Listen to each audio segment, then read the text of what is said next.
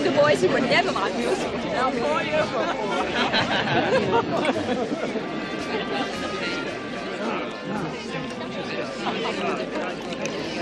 Cheers. Cheers.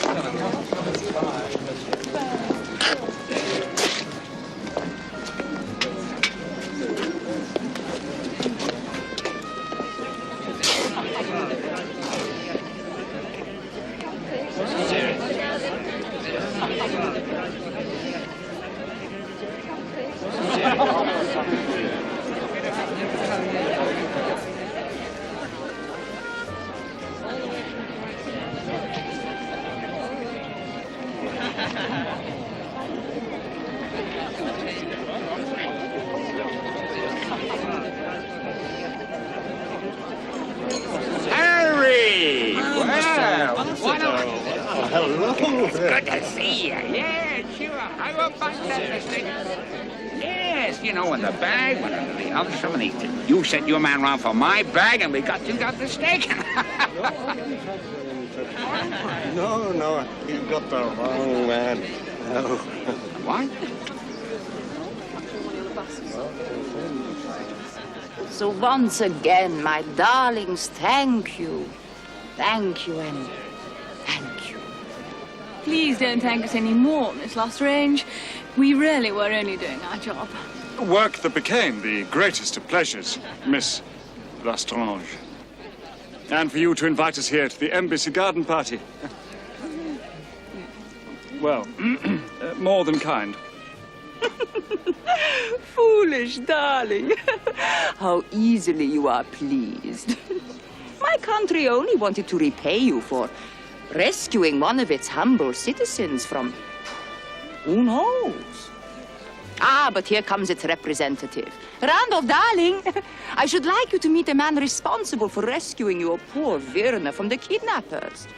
May I present the ambassador of the United States, Mr. Wilmot.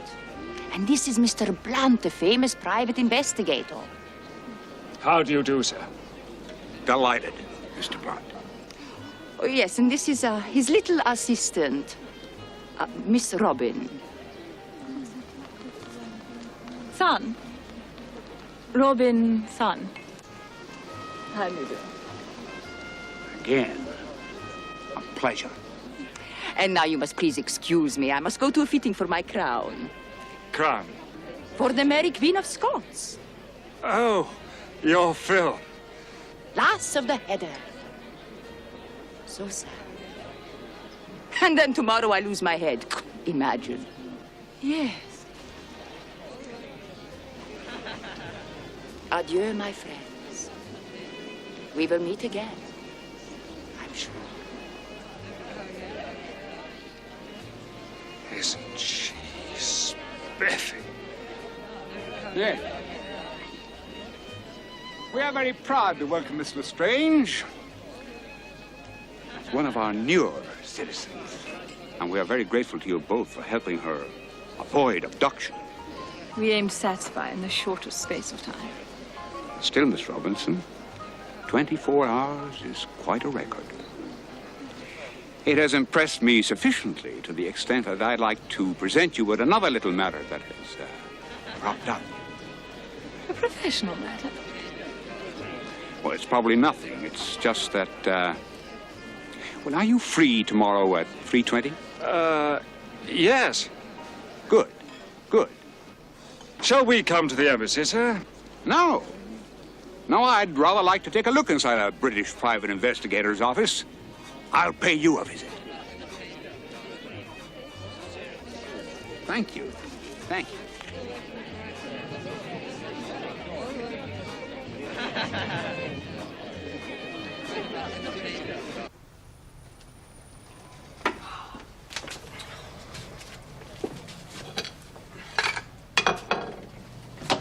As I was about to say, there's nothing in it to trouble Scotland Yard about. I'm not any the worse in any way. And it's all probably due to a simple mistake. But all the same, I don't see how that mistake arose. Nothing criminal in it, I dare say. No, no, my dear, never touch them.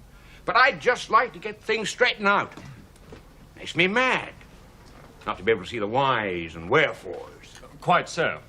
Now, to recap. You arrived by the liner Nomadic a week ago.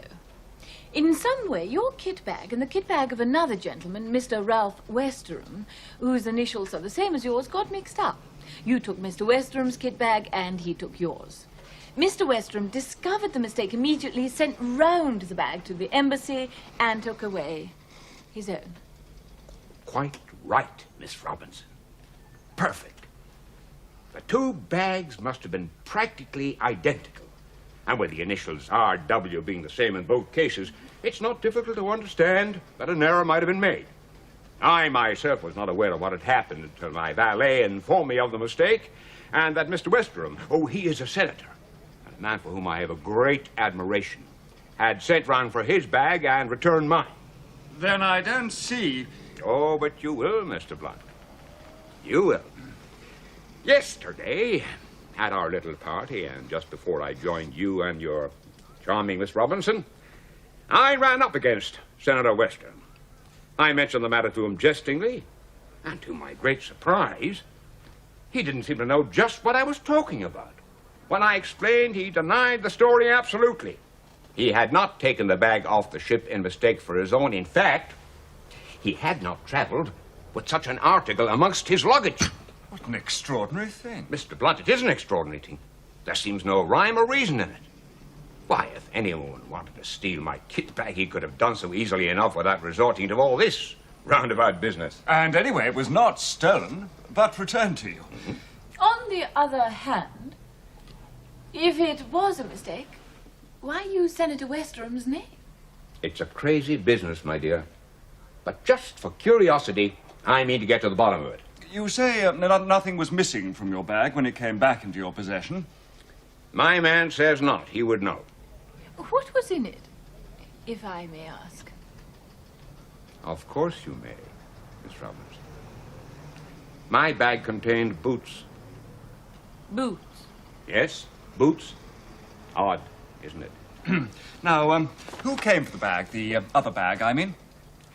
Supposed to be one of Westerham's servants. Quite an ordinary man, so I understand. My valet saw nothing wrong with him. Had it been unpacked at all? Not that I know. I presume not, but perhaps you'd like to question my valet.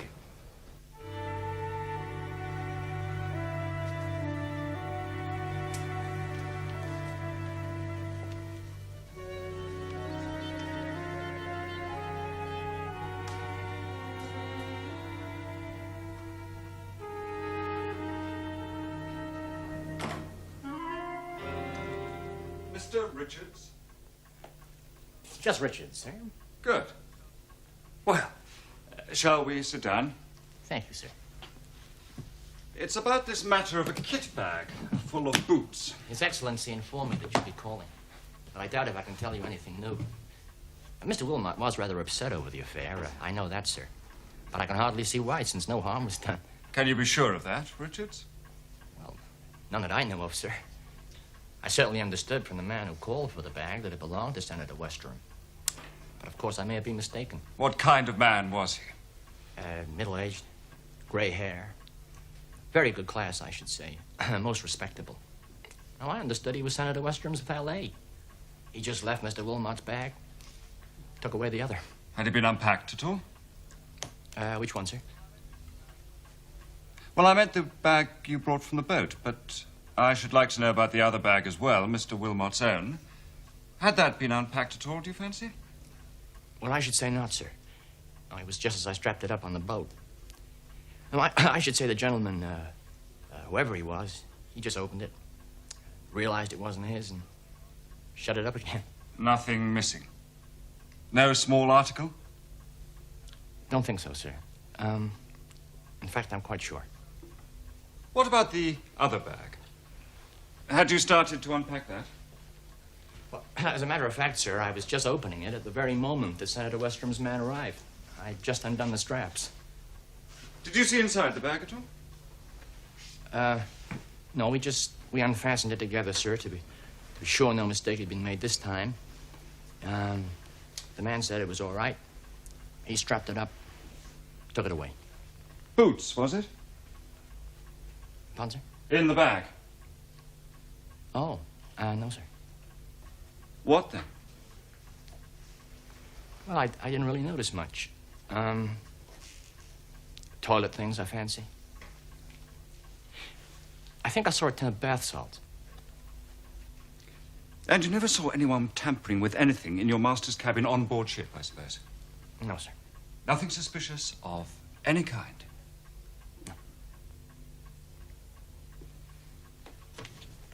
Just a minute, sir.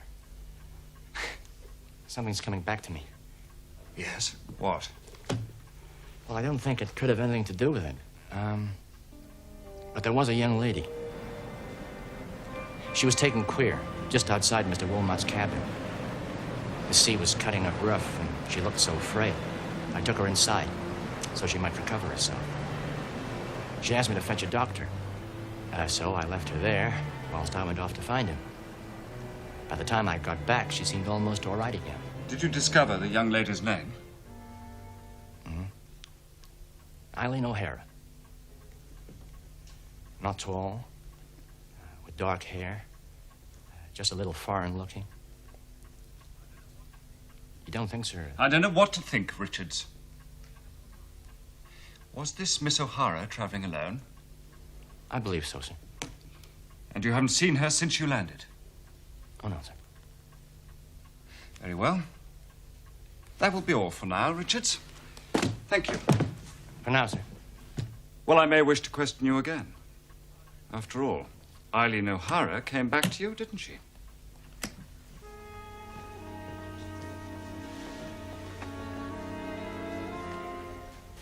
Eileen as well as O'Hara. Oh, my dear Tommy, that's too impossibly Irish for words. And the sudden fainting won't do. Too suspicious. She's probably a German spy, like Alice Terry in Mare Nostrum. She did it for love. They're not all bad, you know, Gov. I'm very glad to hear it, Albert. Do you think it's too... too... Not enough might be a better description. Oh, Tommy, you're so stuffy. It's the latest thing, and I haven't a stitch to wear. Oh, I wasn't aware we were going out tonight. Me, not we. Albert, pop down and stop me a taxi, will you? Albert. Right away, miss. Just a minute. What is all this about, darling? Work, Tommy. Ooh. Oh, Work, work, work. Oh, I'm sorry, I forgot to tell you. While you were at his embassy, he telephoned and asked us to join him at the Savoy for dinner. good. My turn to do a little detection work on my own. After all, you did take Virna Lestrange to the Ritz twice, not to mention the Green Parrot. And anyway, I thought you were off dancing. Too tiring.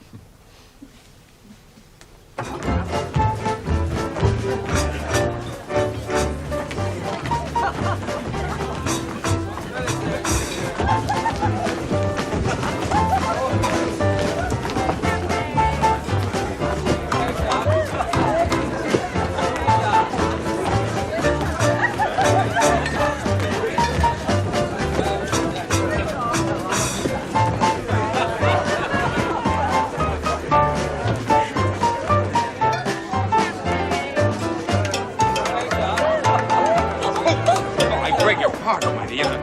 You'll have to forgive an old man for not being quite up to your standard. Oh, not at all, Your Excellency. Oh, now, You now. dance very well. I thought we got past the excellency stage. I'd like you to call me Randy. I'd be delighted. Why don't you call me Tuppence? Tuppence? Like in your currency? The same. How unusual. But charming.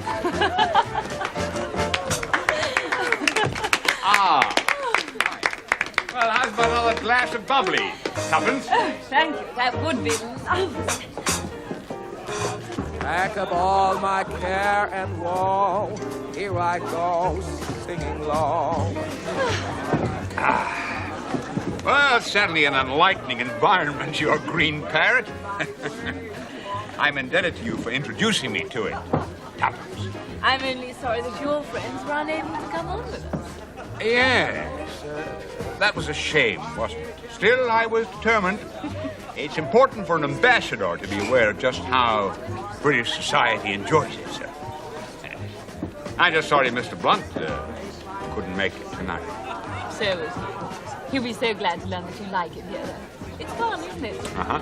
Mr. Blunt absolutely insisted that I brought you. Of course, we're here all the time. But surely you have places like this in Washington. Washington may well have places like this, but in common with the rest of America, it also has prohibition. Of course. Hardly suitable for a diplomat to be seen in our speakeasy.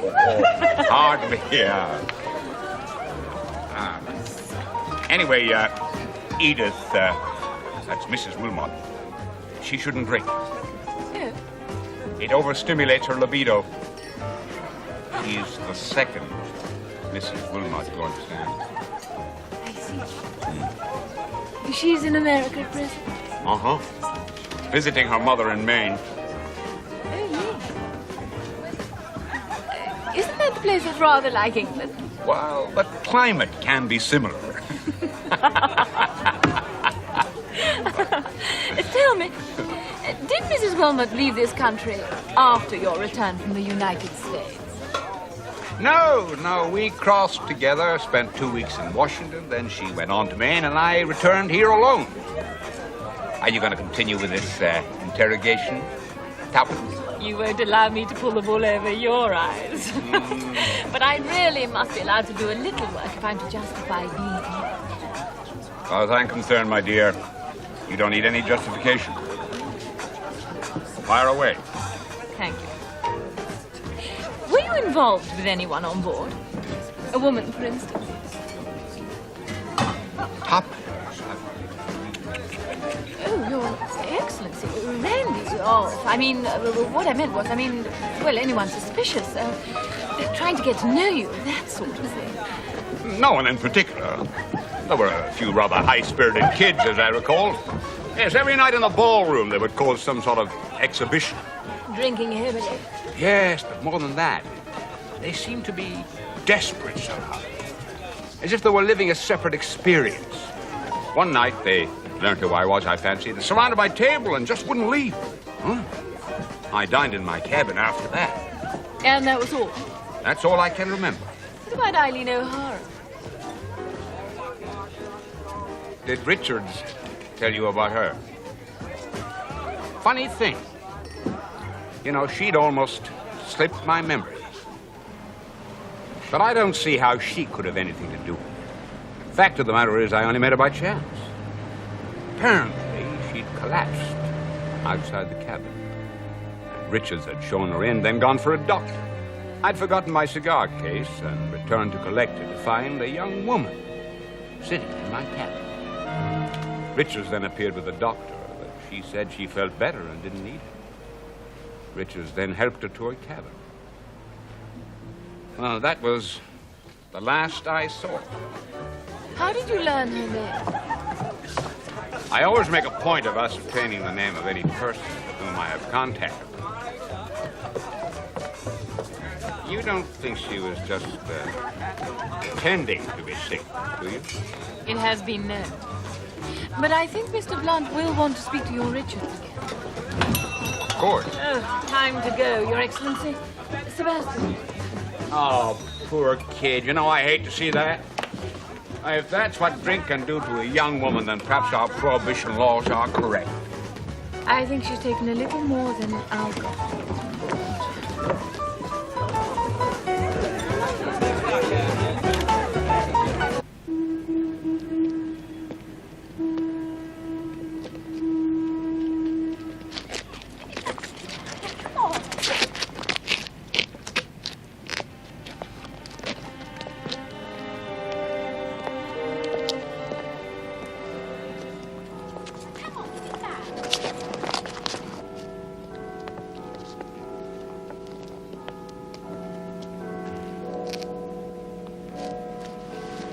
George, be compact.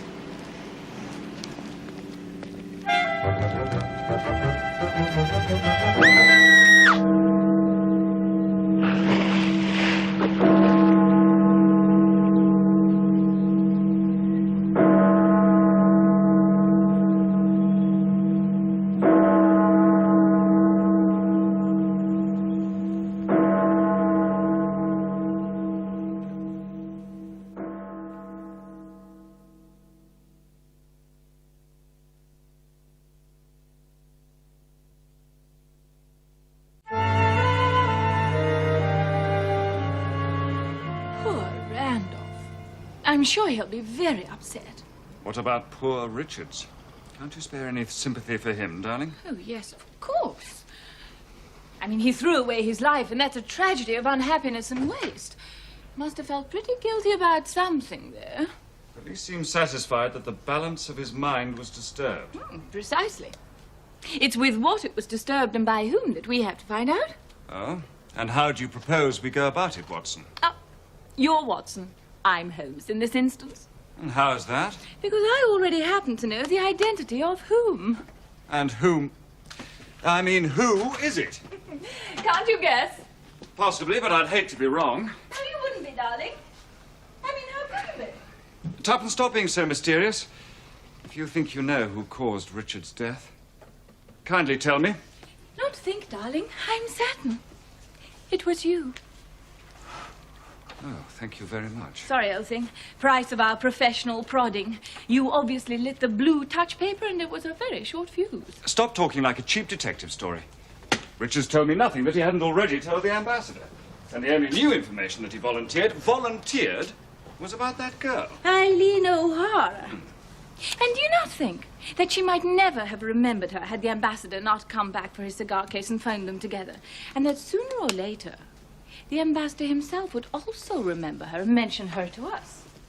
She's the one, Tommy. Find her, and you'll find the reason behind the kit bag switch. And poor Richard's suicide.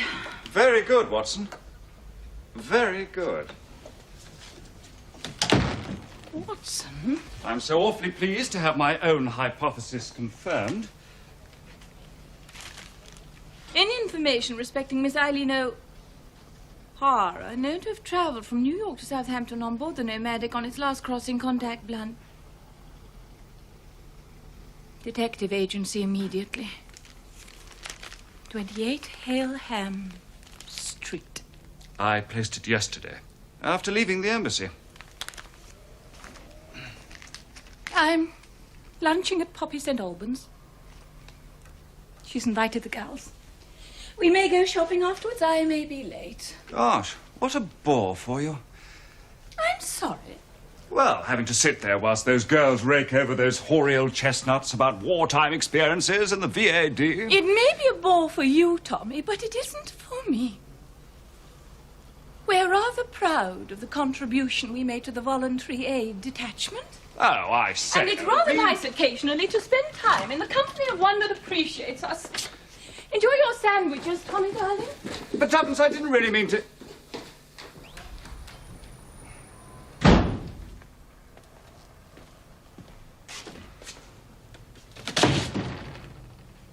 Go, drat.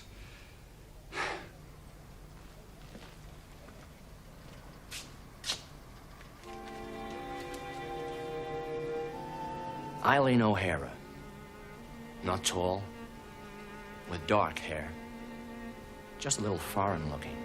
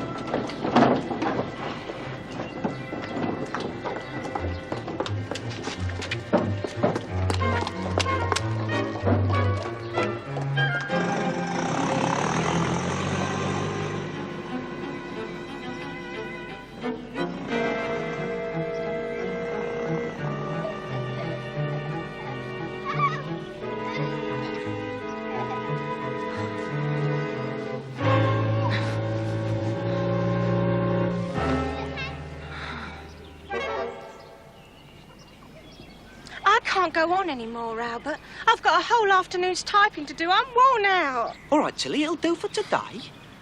I feel my shadowing technique's improved no end. Here, how many times do you notice me following you? 4, no, 5 times, I think. You think? 5 times. Really, Albert, this is supposed to be my lunch break. Anyway, how many times did you show yourself? Well, I was always visible. Just blending in the background. Pictures tonight. Not that cowboy film again. I thought you enjoyed it. Not much. Not even the first time. I consider it a major step forward in the art of motion picture form. Those posters will be glad you agree with them. Anyway, how else am I going to pick up tips on lassoing? I don't know. There's not many cattle in Bethnal Green to practice on, even if you could. I already can. Just want to be the best, that's all. How little you understand the need for different skills in my profession. Crikey! 2 o'clock! What? See ya, Lions Corner House, outside, 6:15. But why so early? So we can see it round twice. Oh.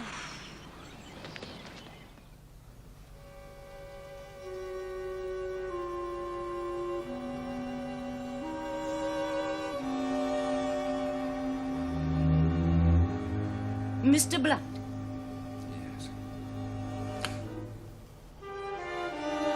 I didn't hear you come in. Evidently. A difficult case last night. You know how these things catch up on one. Won't you take a seat? Thank you. Now then, tell me how you think I may be able to help you. I saw your advertisement in today's paper. I was on board the Nomadic during the crossing that you mentioned. So this is the office of Mr. Busybody Blunt. Hands up or I shoot! Now, this lady will come with me, please. Oh. Yes, you will, my dear. You have never seen me before, but that doesn't matter. I can't have my plans ruined by a silly little chit like you. I seem to remember seeing you on board the Nomadic.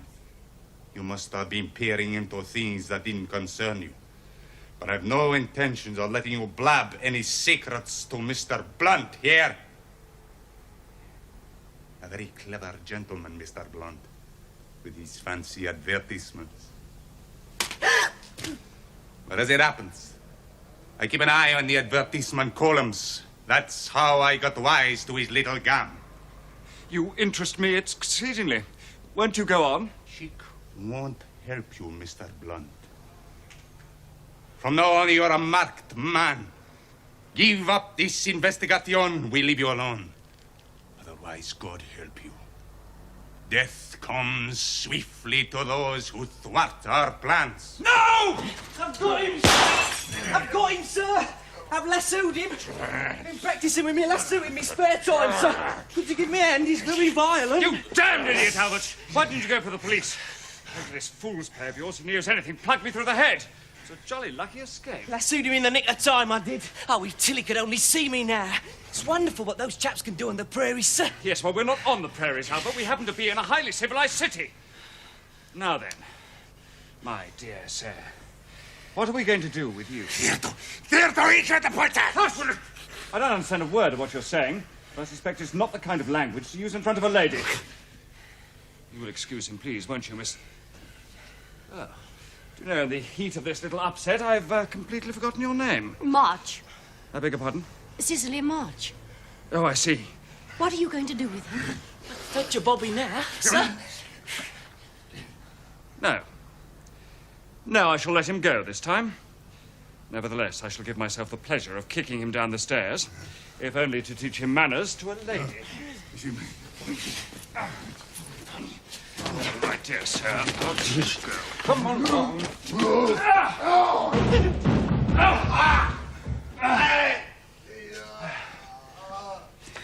Are you... Did you hurt him? I hope so, but probably less than he made out. Shall we go back into my office, Miss March, and resume our conversation? I don't think we shall be interrupted again. I'll have my lasso ready, sir. Just in case. Put it away, Albert. Now, Miss March. Oh, I don't quite know where to begin. As that dreadful man said, I was a passenger on the Nomadic. The lady you advertised about, Miss O'Hara, she was also on board. Exactly. Now, that we know already. But I suspect you know something of her doings on board ship. Otherwise, that picturesque gentleman would not have been in such a hurry to intervene. I will tell you everything that I know. Good. The American ambassador was on board. One day, I was passing his cabin and I happened to glance through the window. And I saw this woman inside. She was doing something so extraordinary that I stopped to watch. She had a man's boot in her hand, and with a little pair of scissors, she was slitting the lining. Then she appeared to push something inside. Well, just at that moment, the ambassador returned, and she immediately dropped back onto the couch and pretended to faint. Then a doctor appeared, followed by another man, and I passed on. I said pretended to faint, because when I first caught sight of her, she was obviously feeling nothing of the kind. Go on. I rather hate to tell you the next part. I was curious, and also I'd been reading very silly books. I wondered if she'd put a bomb or a poison needle or something like that into Mr. Wilmot's boot. Well, I know it sounds absurd, but I did think so. Anyway, when I next passed the empty cabin, I slipped in and had a look at the boot.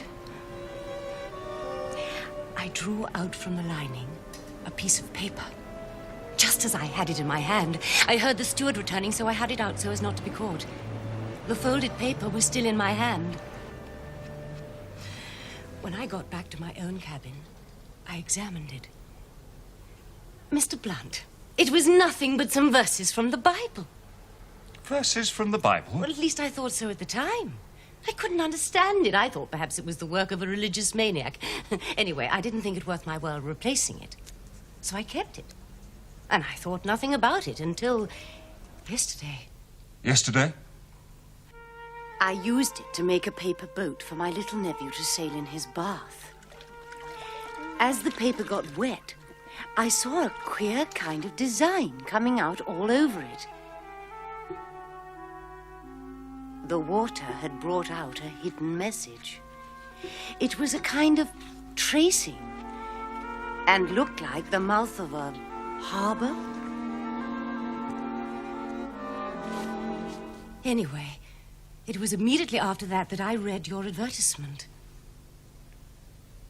Oh, but this is most important. Yes, I see it all now. Now, that tracing was probably the plan of some important harbor defenses. It had been stolen by this woman. She was afraid that someone was on her track, and not daring to keep it amongst her own possessions, contrived this hiding place. Later, when she obtained possession of the bag in which the boot was packed, she discovered the paper had vanished.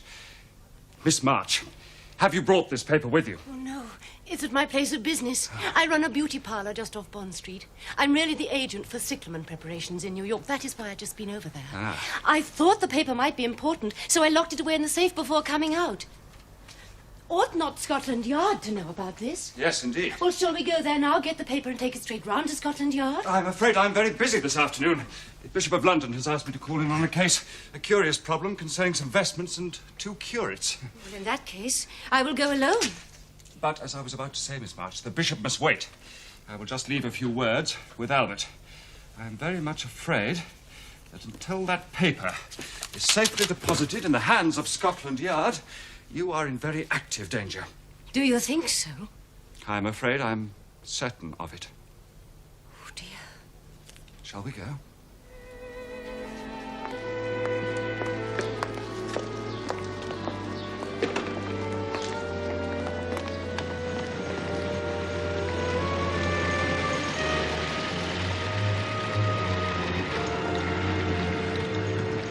Are you a good walker, Miss March? Yes? Why? Ought not we to get that taxi? It would be quicker. Perhaps you did not notice. That taxi driver has just refused a fare lower down the street. Your enemies are on the lookout. He was waiting for us. I think if you feel equal to it, it might be better if we walked to Bond Street. They'll not be able to attempt much in crowded streets. Oh, very well.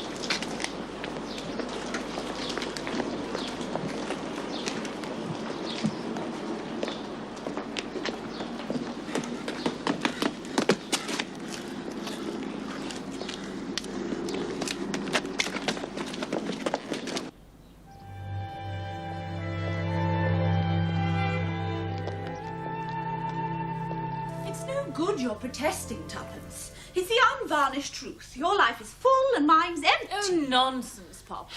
Look at your home. So much to keep quiet. And there's Pongo to look after. I hear that he may be promoted following the next cabinet shuffle. How do you, Estelle? How clever of you. I hear nothing. He's hardly home at all, and when he is, he falls asleep over his food. Straight into his savoury last night. Manners was furious when she came to clear. Chap works hard. He's entitled to snooze where he wants to. Mind you, catch me nodding off into one of Estelle's little concoctions. Never hear the last of it, what? No, you wouldn't. The trouble is, I'm so bored. Oh, and I know it's ungrateful of me when I have all this. And one reads about the poorer classes who have absolutely nothing. They have one another, Poppy, dear. That's very true, my dear. Very, very true. The curse of our class. Loneliness. Superior intelligence, you see. Can't be lonely if you don't have a brain. It's the war I miss. Poppy Red. Oh, no, not the fighting and those poor boys. But the danger and the excitement. You can hardly take up nursing again just to stifle boredom. Surely there wasn't much danger in driving generals from the War Office to the Savoy, dear. Only to the pedestrians and other drivers. It's most unfair. I was an extremely skillful driver. It was remarked upon. Just because you got stuck on heavy goods. Actually, I did not. You Oh, did. now, It's the girls, truth, please, remember. please, let's not argue. We all did our bit for the VAD. And I think I know what Poppy means. It's the companionship she misses. The feeling of all being in it together against a common enemy. Yes, that's it. I must admit I've missed it too sometimes. Even having dear Tommy. Yes, Estelle. Even having dear Tommy. I think he's felt the same. Poor sweet. Been rather sharp with him lately, can't think why. Not easy. Thrown together all the time. In your work, I mean. No, I don't think it's that exactly. It's just that... Now, gals, just a minute. Message from Mrs. Beresford. You said it was urgent. Albert was here. Didn't catch the name, madam. Asked me if I'd seen a cowboy film at the Ritz. Albert. Said he had to get back to the office, but that note was a matter of life and death. Really? Oh, what is it, Tuppence? Something wrong, dear? Yes, I'm rather afraid there is. Tommy's life may be in danger. Oh, I'll call the police. Manners, the telephone. No time. I'm afraid I'll have to go right away. Got a motor, Poppy? Well, of course, but it's all loaded up with jumble for the poor of Kensington. And I told Wilkins I wouldn't need him again this afternoon. No more will you. We're all drivers here. Come on, St. Albans. You said your life lacked excitement. Well, now you're slap up against it. Plus a chance to help out a chum's better half. You mean? Yes, dear. We're coming with you. All right. Come on. Yes, I need my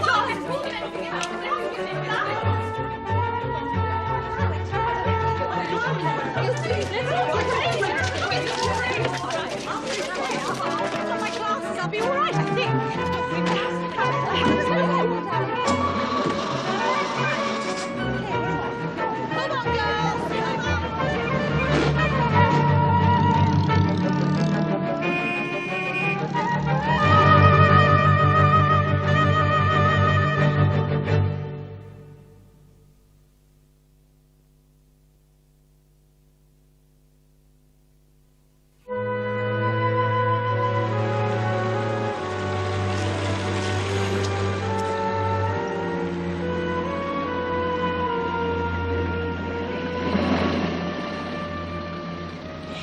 Do you think it's safe to leave yet, Mr. Blunt? I haven't noticed anyone suspicious since we ducked in here. And that was 10 minutes ago? Nearer 15, I think. Good. Then I think we may safely assume that we've shaken them off. Shall we risk it? Thank you.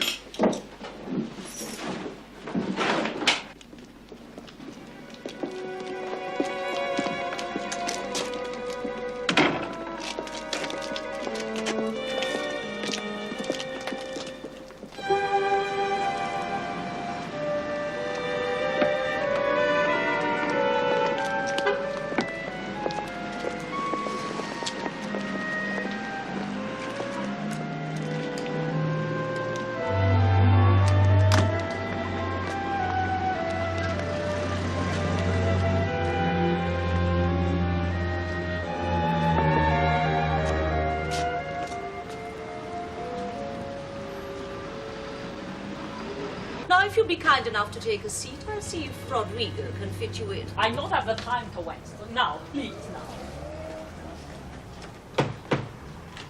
Has anyone strange been in? No, madame. No stranger than usual. There was a sudden rush of custom, but we had some cancellations, so we were able to accommodate most of it. Rodrigo is able to manage? Oh, yes, madame. Splendid. I'm taking this gentleman through to my office. Perhaps you would inform me if anybody unusual attempts to enter the premises. Good idea. Name's Blunt, by the way, just in case anyone comes asking. Though I doubt that they will in here. I have made a note, monsieur.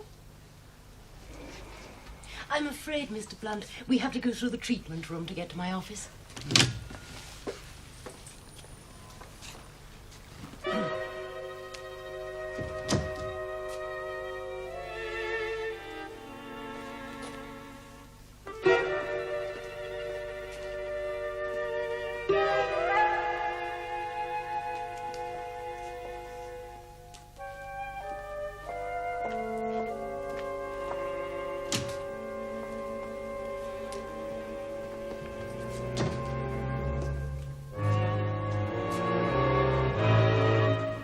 Quite a contrast in decorative styles you have here, Miss March. Oh, yes.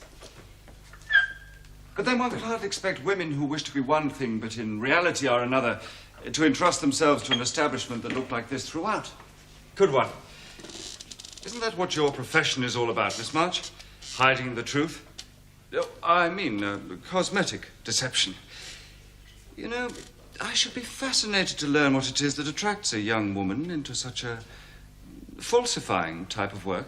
Why, money, Mr. Blunt. A great deal of money. Far too much to be made sacrifice to the haphazard investigations of a dilettante English private investigator.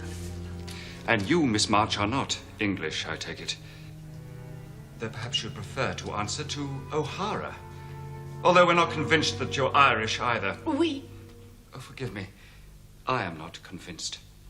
My wife is quite certain. Eileen O'Hara, too impossibly Irish for words, is how she put it. She seems to have more perception than you, Mr. Blunt. Well, in matters concerning women, she just cannot be deceived. She taught me how to tell a peroxide blonde from a natural one. Golden hair has to be the genuine article to take me in. So I didn't deceive you after all.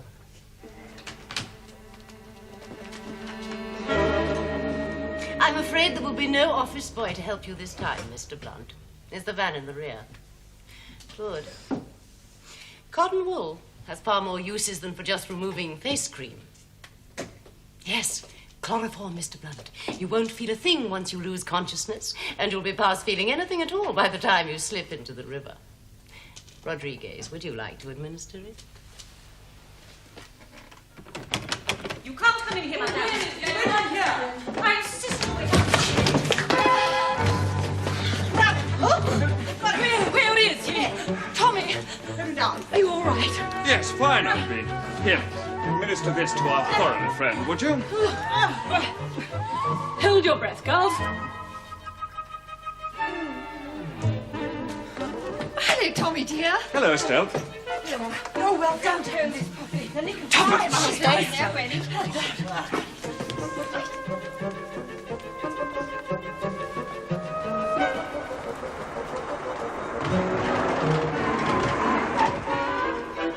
I thought we'd shut up shop for the day.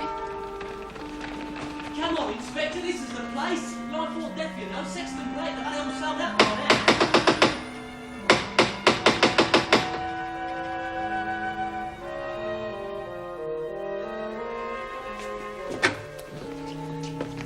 Very glad to get hold of that gentleman. He's wanted badly.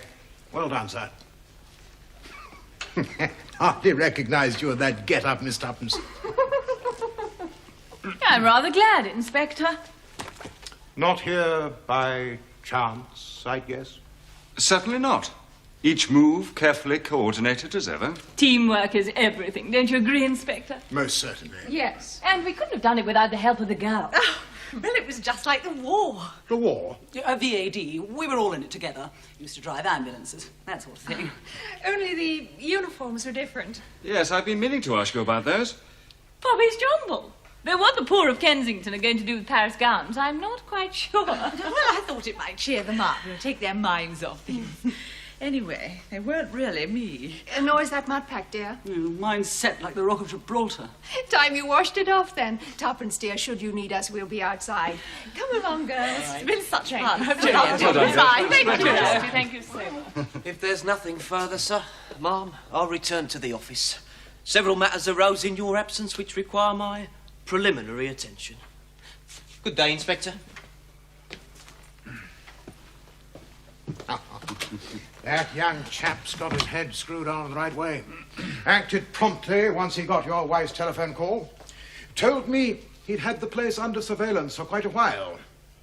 Mind you, we never had cause to suspect it. Thought it was a genuine beauty shop. Which it is. I'm sure it is. But what else beside? You see, Inspector, this is where one has to be so very careful. Things that look one way are often the other. I ask myself, why should anyone want the ambassador's bag for an hour or so? I put the question the other way round and seemed to find my answer. Supposing it was the other bag that was the important one. Someone wanted that bag to be in the ambassador's possession for an hour or so. Much more illuminating. Quite.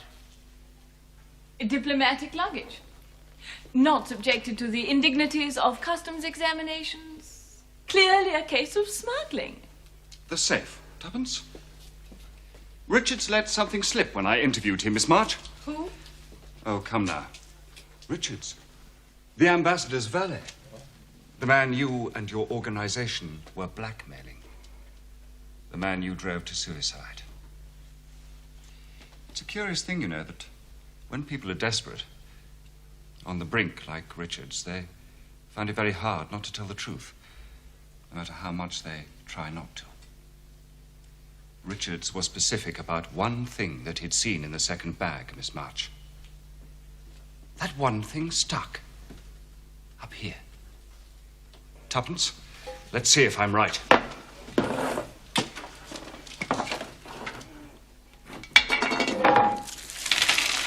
Bath salts, eh? Just as poor Richard said. Well, of course, their bath salts is one of our best-selling lines. Uncut diamonds. Could be. Let's find out. Oh!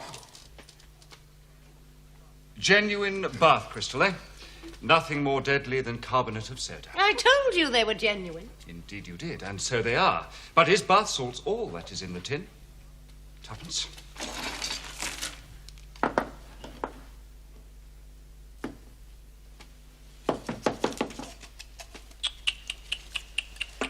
Here, miss.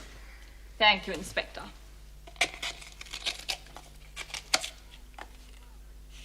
Welcome, Miss March.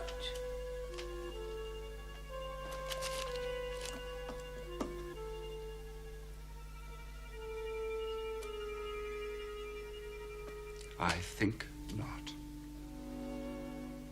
Cocaine, is it, sir? Good Lord, there must be 50 tins in there.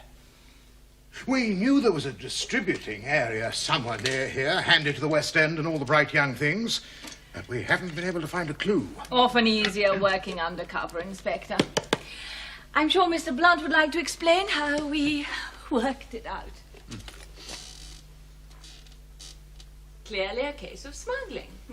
Oh, yes, but smuggling of what? A curious comedy is enacted in my office. They'd read my advertisement and wanted to put me off the scent. Or, failing that, out of the way altogether. So I played the part of the credulous sleuth with all my might. Swallowed this charming lady's impossible story and permitted myself to be lured here, leaving behind with Albert specific instructions for dealing with the situation. You see? Perfect coordination. Well, many congratulations. This is another fine coup you two have made. I don't know how to thank you Oh, enough. please don't, Inspector. just put it down to one more triumph for teamwork. The teamwork?